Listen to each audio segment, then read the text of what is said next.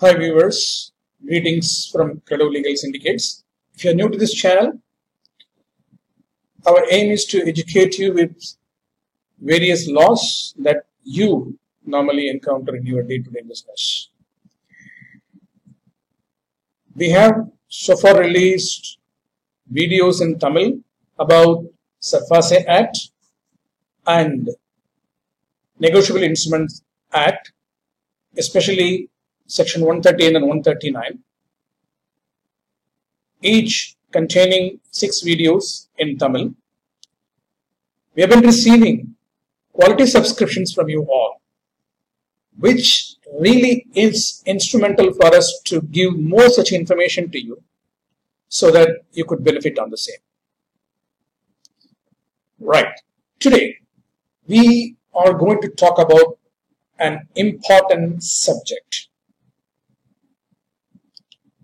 When we say important subject, we should first understand who are the audience for this. The audience for this subject is students and practitioners of CA, CS, IEEE, advocates, entrepreneurs, and also general public. General public who would like to know more information about the law. The subject we are going to discuss today is Prevention of Money Laundering Act.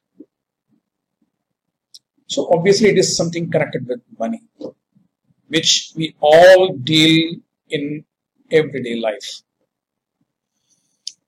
Right. First of all, this act was enacted in the year 2002, but came into force only in the year 2005.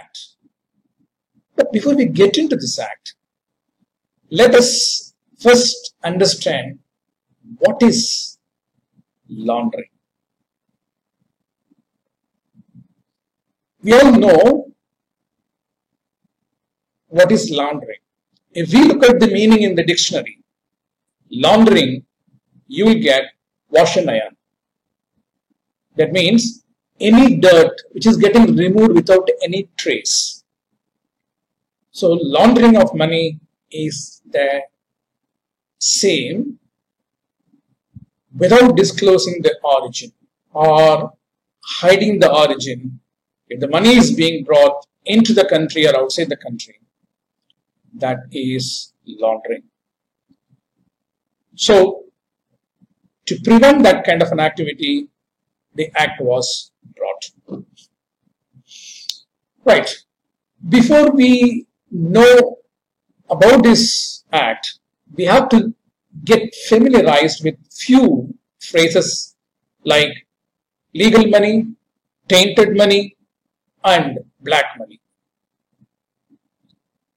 First, legal money. Legal money is the money which is printed by the government or the money issued by the monetary authority or the government, which normally we all use. That is legal money. Tainted money. When we all say, we know the meaning of tainted, right? Tainted is corrupted. So that itself tells you the money is a corrupt money. So the money which is brought illegally into the system or taken out of the system is tainted money. 3. Black money. Black money is the money which is not accounted. Normally, whenever we earn money, we account it, we pay taxes for that, and we file returns.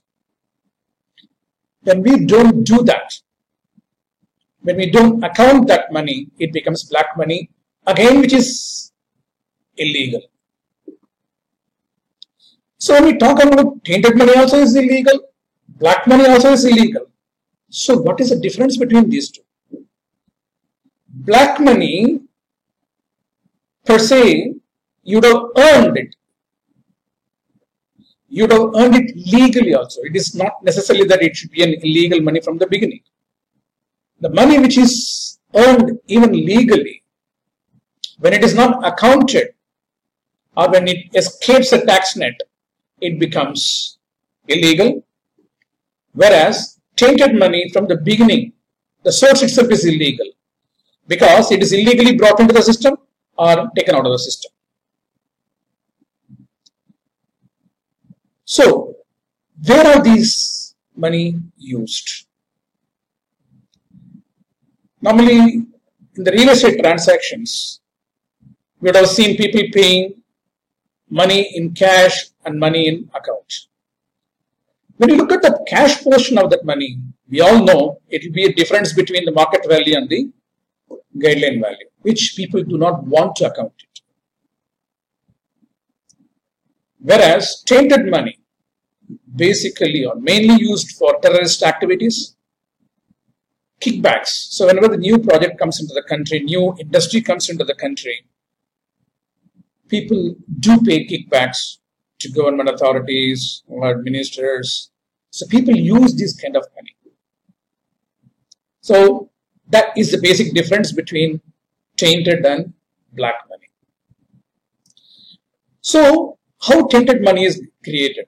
Mostly through hawala transactions. We all know what is hawala, right? We would have seen in films. Hawala, suppose you require money in another country because someone is studying there or your relative is there or whatever it is, you require money in some other country. If you have to send that money to the other country, normally you have to go through official channels like RBI, where you have to disclose all the information, why you are sending this, how you got the money, and what is the purpose of sending this money, etc. You need to sign few forms. Instead, if you want to avoid this and go into unofficial channels, you pay the money to the agent here in India in local currency, and that agent communicates to the agent in the other country who delivers the money in their currency without going through any other official channels, and that is hawala. So that's how hawala operates. Here, hawala doesn't go through any of the official channels, so it is completely illegal. Why this act was, first of all, framed? As I said, there are a lot of regulations if you have to send the money, especially when you're transacting money between two countries. Earlier we had regulations called FERA, Foreign Exchange Regulation Act. Later it became FEMA, Foreign Exchange Management Act. So everyone is expected to comply with this kind of regulation to send money or to receive money within the country. However, when one does not want to do that or does not want to go through the official channels and go with the hawala channels, and when these are increasingly happening, and when these money is being used for terrorist activities, which is again not good for the security purposes, government has to act on that. So government brought this act mainly to prevent such illegal transactions. What is the objective of this act? Objective is mainly three. Number one, to prevent money laundering, to confiscate the property which was bought through the laundered money, and any other issues connected with the money laundering. Suppose if you are transacting, whether intentionally or unintentionally, doesn't matter. Whether you are helping your friend or business partners with these kind of transactions, I mean hawala transactions. Mind you, you are liable and punishable under this Prevention of Money Laundering Act. So be watchful how you are transacting, how you are sending or receiving the money. Right. In our further videos, we would definitely give you more details about this act, more details about the provisions of the act, procedures, offences, duties and powers of the enforcement officer so that you yourself will know about a fair idea about this act. If you are not still subscribed to our channel, please do subscribe. Please click the bell button so that you would receive the notification whenever we give further videos.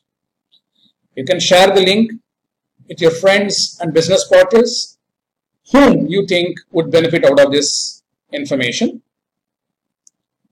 Expect further videos. We are planning to give 5 more videos on this. Please do watch our videos, and if you have any doubts or if you need any clarifications, please do insert the same in the comment section or do call us.